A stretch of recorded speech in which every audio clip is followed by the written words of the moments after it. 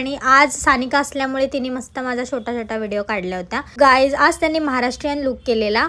Hello everyone, माझं नाव आहे पायल। तर मी निघाली होती आज सेम ऑर्डरला बट नेक्स्ट डे। सो अशा प्रकारे मी सकाळी सकाळी निघाली होती ऑर्डरसाठी। इथे तुम्ही बघू शकता सानिका पण माझ्यामुळे लवकर आलेली आणि बिचारीने माझी बॅग पण पकडलेली गाईज।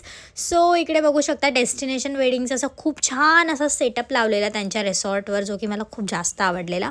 आणि मी लगेचच पोहोचले होते त्यांच्या रूममध्ये आणि त्यांनी फटाफट चेंज करून घेतला आणि त्यांचा बिफोर घेतला। आणि आज सानिका असल्यामुळे तिने मस्त माझा छोटा छोटा व्हिडिओ काढला होता।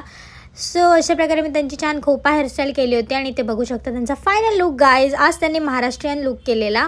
सो इथे तुम्ही बघू शकता नऊवारी त्यांची रेडीमेड होती आणि अशा प्रकारे मी मेकअप केला होता आणि हेअरस्टाईलमध्ये त्यांना मी खोपा सजेस्ट केला होता आणि त्यांनी पण ते ॲक्सेप्ट केलं आणि खूप छान दिसत होतं, कारण की त्यांचे नॅचरल हेअर्स पण खूप छान होते।